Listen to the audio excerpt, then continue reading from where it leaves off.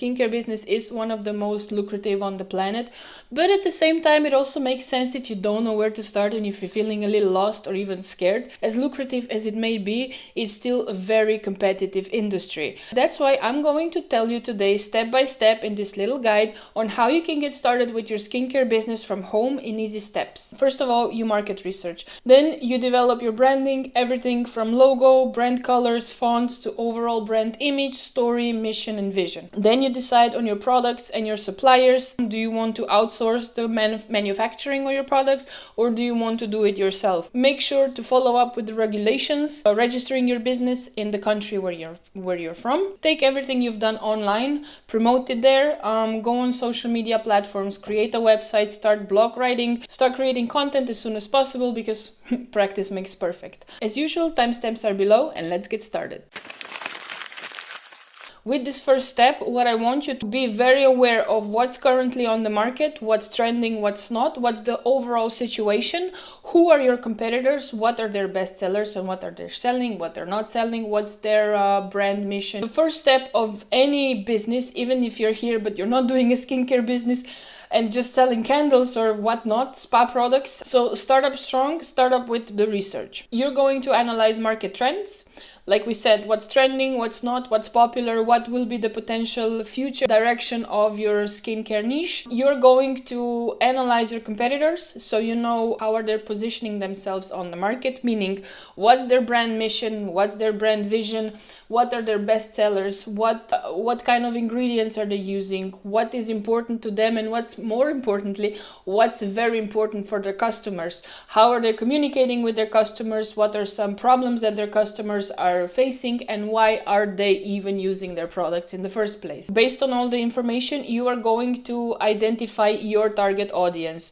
You cannot sell anything without having a solid target audience and a brand persona, as we already discussed in the video over here. As the last step of the research, you are going to have an idea about your USP or unique selling proposition. A unique selling proposition is a distinct advantage or feature that sets your product or service or brand apart from other competitors and convinces your customers to choose you instead of the others. If by the time you're done with this research, you're not exactly sure what's your USP, I keep saying UPS. That's quite alright.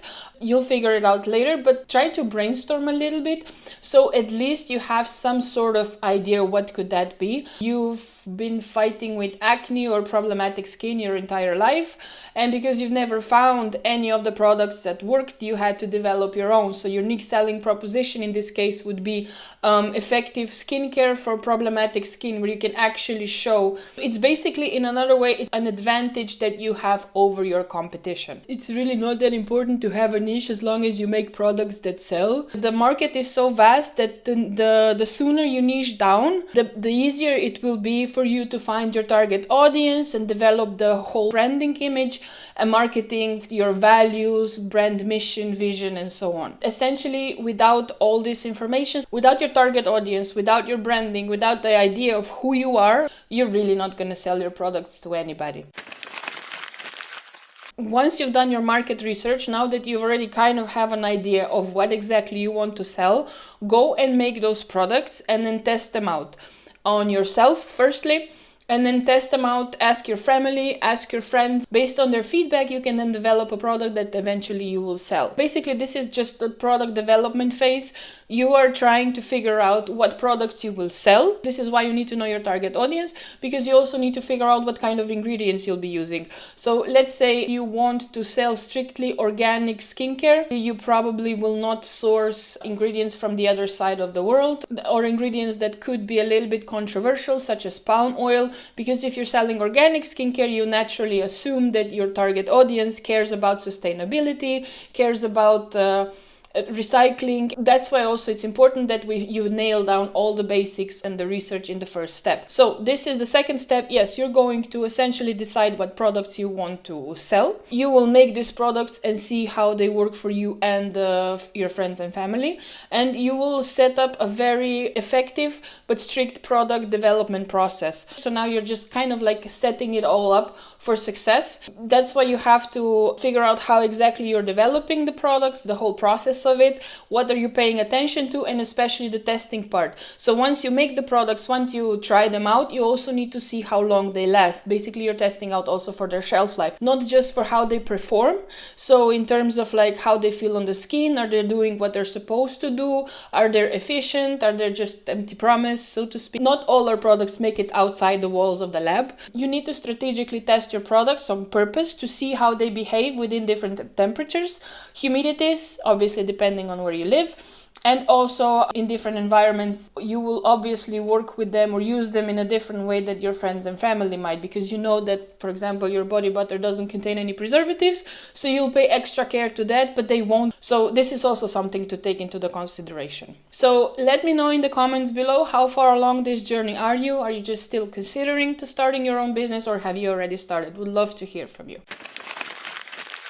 Branding means you will come up with your business name, your brand name. You will come up with the logo, with brand colors, brand fonts, label design.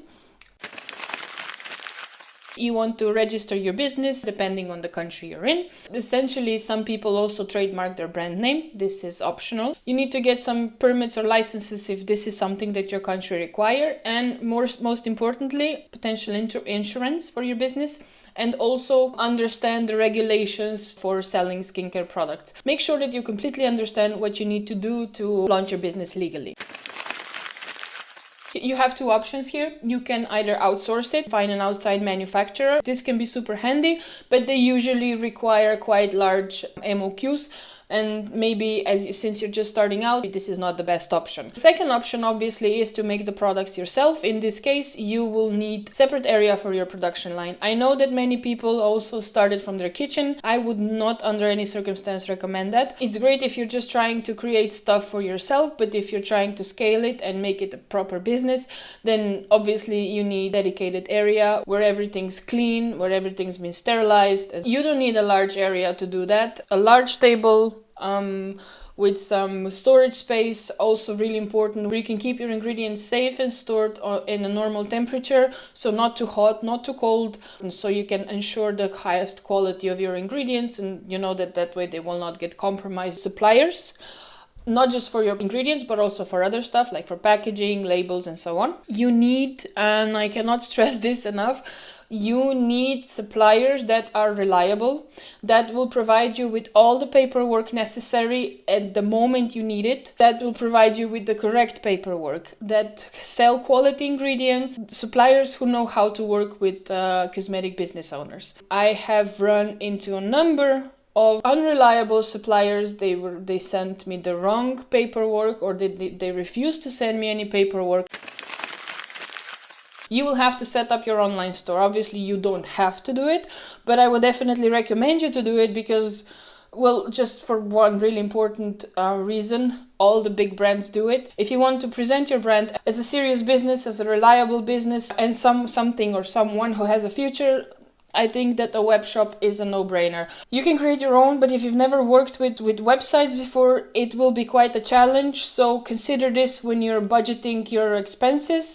Maybe you need to hire a programmer or someone who can do that for you. I've worked with people on Fiverr before. You can get some budget deals just to help you get started. I'm not saying it's the best ever, but it's affordable. You can also go to other platforms and sell there. I would definitely encourage you, but having a website is a must. As soon as you have your branding nailed down, go on, start the website. It's going to take a while for the website to start showing in Google and other search engines anyway. That way you can also practice content writing, start with some blogging to get better at it. Because in the beginning, whatever you write, if you've never written anything before, it's going to be bad. Practice makes perfect, and with time you will get better naturally, but I would definitely advise you to get started ASAP, start writing, start publishing text on your blog section, and then you can always reuse this on your other platforms, social media channels, and so on, which eventually brings us to the next step: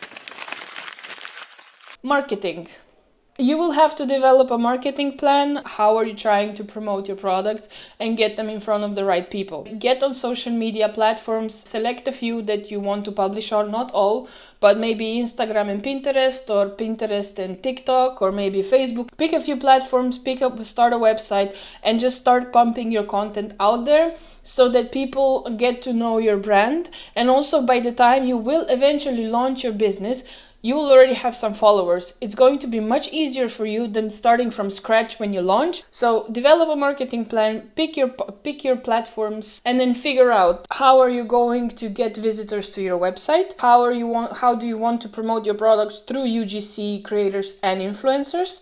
And figure out how are you going to start email campaigns and what will you write in your email campaigns. So this marketing section, it's quite a big one, and eventually we will go through all of this separately, but just to give you a heads up, this is all the things you need to consider when it comes to marketing. Just like with everything else, you do not have to wait until the step 7 to get here. You can start thinking about it as soon as you start developing your brand image, as soon as you start developing your target audience. Once you're done with all these steps, all equally very important steps, it's just important to collect user reviews. These will eventually serve as social proof for your brand that will help your brand build trust and credibility in the long term. Figure out your marketing, go back, find out what works. How is your target audience doing? How are they responding to your messages? How are they responding to your products? Because of this industry is so competitive, it's super important that you follow all of these steps and into as much detail as possible. To set up your foundations and to help you get started with your brand, write a business plan as soon as you come up with the idea of having your own business, because it will help you set up your business for success. It will help you determine the very foundations of your business.